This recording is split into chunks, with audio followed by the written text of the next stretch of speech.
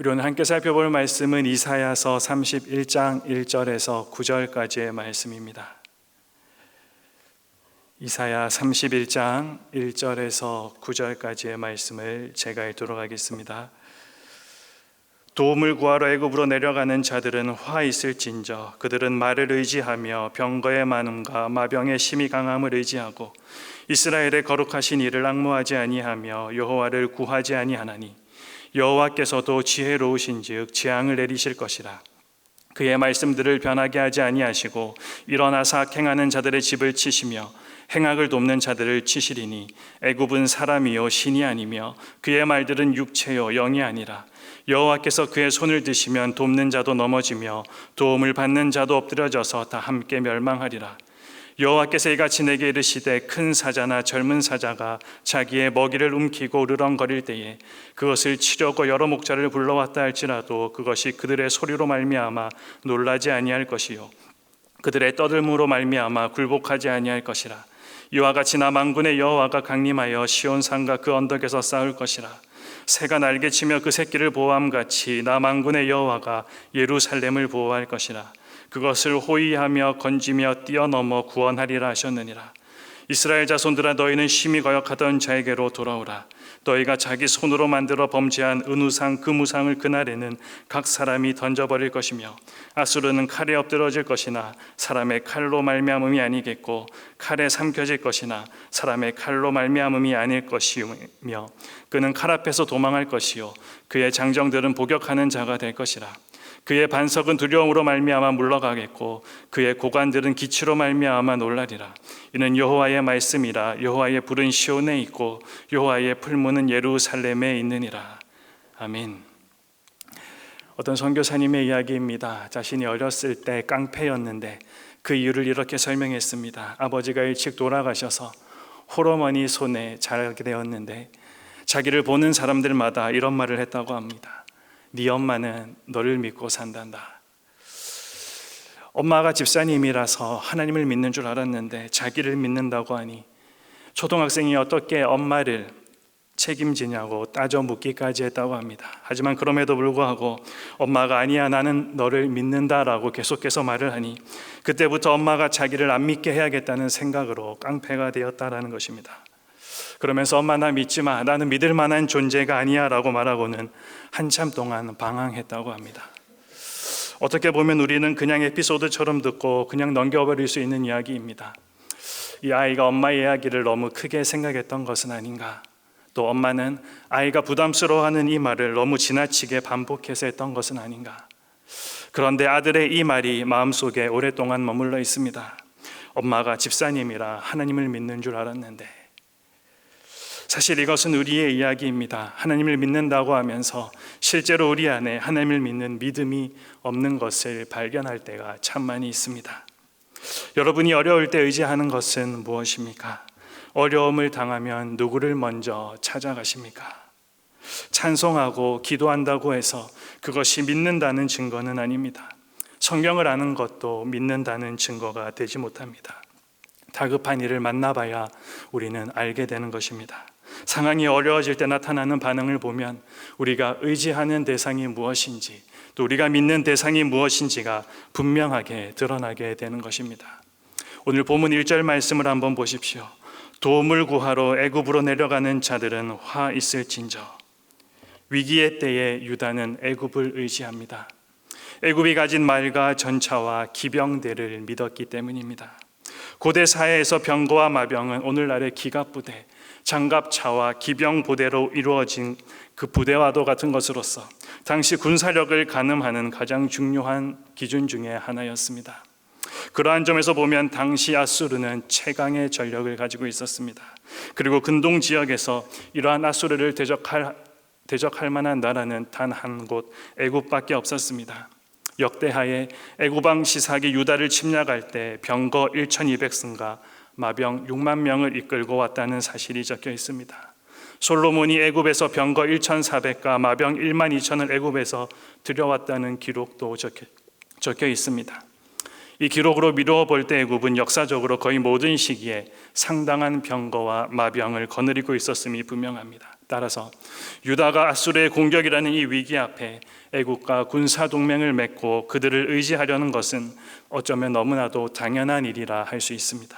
그러나 문제는 유다의 위기에 직면하게 된 것이 그들 군사력의 약함에 있지 않았다라는 사실입니다. 유다가 당면한 위기의 원인은 하나님께 불순종한 데 대한 징계였습니다.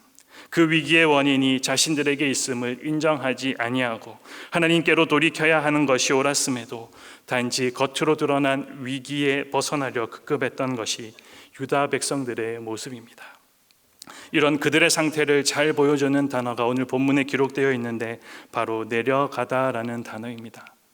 원어적으로 볼 때 이 단어는 지역적으로 높은 곳에서 낮은 곳으로 내려가는 것을 나타내는 동사입니다. 실제로 애굽은 유다에 비하여서 위도상으로 볼 때도 그렇고 지역적으로 고도상으로 볼 때도 낮은 위치에 위치하고 있었습니다.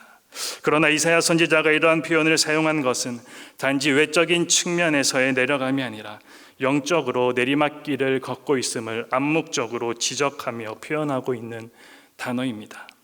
유다의 영적 상태가 낮은 곳으로 곤두박질 치고 있으며 그것이 매우 잘못된 일임을 분명하게 말해주고 있다는 것입니다. 애굽은 이스라엘 자손들이 하나님으로부터 구원을 받은 죄악된 세상의 나라를 상징하고 있습니다. 하나님께서는 이스라엘을 애굽에서 건지시기 위해 모세를 통해 큰 사랑과 은혜와 또 큰 능력을 베풀어 주셨습니다. 그런데 그런 이스라엘이 지금 어떻게 되어 있습니까?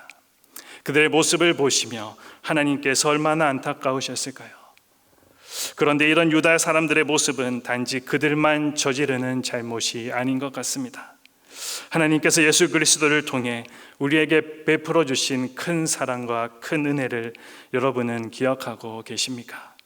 자기 아들을 이 험한 세상에 내려보내시고 세상 사람들에게 수모와 멸시와 모욕을 당하게 하시며 심지어 당시에 가장 수치로 여겨졌던 십자가에서 죽게까지 하셨습니다.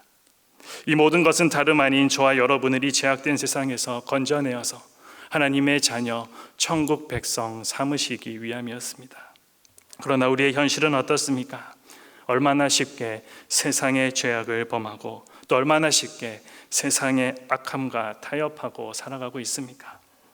하나님 아닌 헛된 것들을 의지하며 그것을 얻기 위해 신앙까지도 너무나도 쉽게 내팽개치는 것이 우리의 현실임을 강력하게 부인할 수 없는 이유가 어디에 있습니까? 유다 백성들이 보이지 않는 하나님보다 당장 눈앞에 보이는 것을 믿는 게 훨씬 지혜롭고 확실한 방법이라고 생각했던 것처럼 우리도 그 생각에 동의하고 있기 때문은 아니겠습니까? 그런 생각을 가지고 있던 유다 백성들과 우리들을 향해 하나님께서 이렇게 말씀하십니다.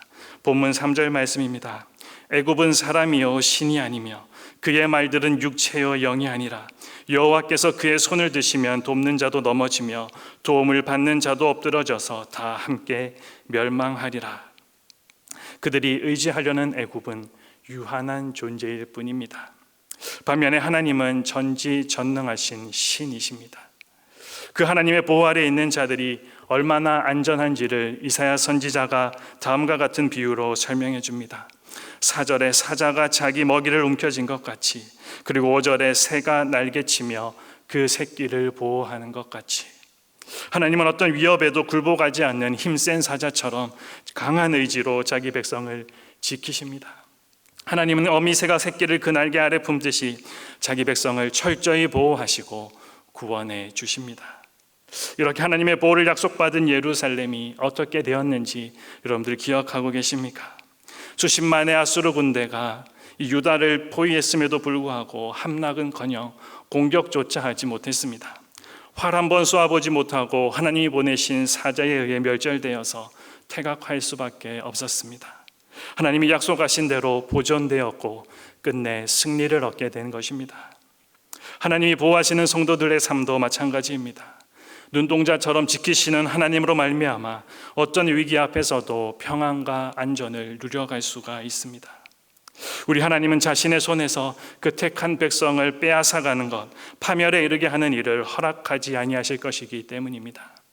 요한복음 10장 28절에서 29절에 예수님의 말씀을 들어보십시오. 내가 그들에게 영생을 주노니 영원히 멸망하지 아니할 것이요 또 그들을 내 손에 빼앗을 자가 없느니라. 그들을 주신 내 아버지는 만물보다 크심에 아무도 아버지 손에서 빼앗을 수 없느니라. 애굽이 매력적으로 보이는 것은 분명한 사실입니다. 우리 믿음의 선배 아브라함과 이삭도 어려움을 만났을 때에 애굽으로 내려간 적이 있었습니다. 하지만 그토록 화려해 보이고 풍성해 보이던 애굽에서 이스라엘이 누렸던 것이 무엇이었는지 여러분들 기억하고 계십니까? 바로 노예 생활입니다. 그것도 430년 동안 이어진 노예 생활이었습니다. 그들에게 하나님의 도우심과 하나님의 은혜가 없었다면 어떻게 되었을까 생각을 한번 해보신 적이 있으십니까? 이제 여러분이 의지해야 하는 것이 무엇인지 분명하게 결정되셨습니까? 하나님의 말씀을 듣고 이해하는 것 너무나도 중요한 일입니다. 그러나 알고 이해한다고 해서 그것이 믿음이라고 할 수는 없습니다. 이해를 해도 믿지 못하는 사람은 그 말씀대로 살지 못하기 때문입니다. 애굽을 의지하려는 유다 백성을 향한 그 경고, 애굽을 의지하려는 유다 백성들을 향한 그 경고는 오늘 말씀에서 처음 하고 있는 것이 아닙니다. 어제 본문에서도 분명하게 동일한 말씀을 전달해 주셨습니다.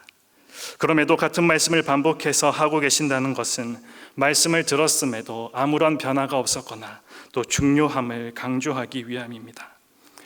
여러분께 한 번만 더 물어보겠습니다. 혹시 지금 여러분의 삶이 안전하다고 생각하고 계십니까? 그렇다면 그렇게 안전하다고 생각하게 하는 근거는 무엇 때문입니까? 내가 오랫동안 은행에 넣어둔 돈 때문입니까? 내 직장이 있고 내 사업처가 있어서입니까? 내 집이 있어서입니까?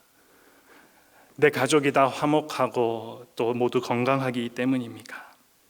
간혹 뉴스를 보면 아파트의 난간을 믿고 그 난간에 기댔다가 난간이 무너지는 바람에 떨어지는 사람들이 있습니다. 안전할 것 같아서 기댔는데 사고를 당하게 된 것입니다. 여러분이 지금 기대고 있는 것은 정말로 안전한 것입니까? 혹 하나님이 아닌 것에 안전함을 느끼고 있으시다면 다음 말씀에 귀를 기울여 보십시오. 6절 말씀입니다. 이스라엘 자손들아 너희는 심히 거역하던 자에게로 돌아오라. 너희는 심히 거역하던 자에게로 돌아오라. 하나님 백성의 문제는 애굽이나 아수르가 아닙니다. 오직 하나님과 우리의 관계입니다. 하나님과 올바른 관계에 있다면 우리의 모든 문제가 전혀 문제되지 않게 우리 하나님은 해주실 수 있습니다. 하나님께로 돌아오기만 하면 하나님은 그 백성들을 위해 대신 싸워주실 것입니다. 여러분, 오늘도 이 하나님을 의지하고 동행하는 복된 하루 살아가시기를 소망합니다. 그리고 이 아침 우리의 기도의 시간에 우리가 이 하나님보다 더 의지하고 또 더 믿고 있는 것이 무엇인지 다시 한번 정리해보는 그런 시간 보낼 수 있기를 소망합니다.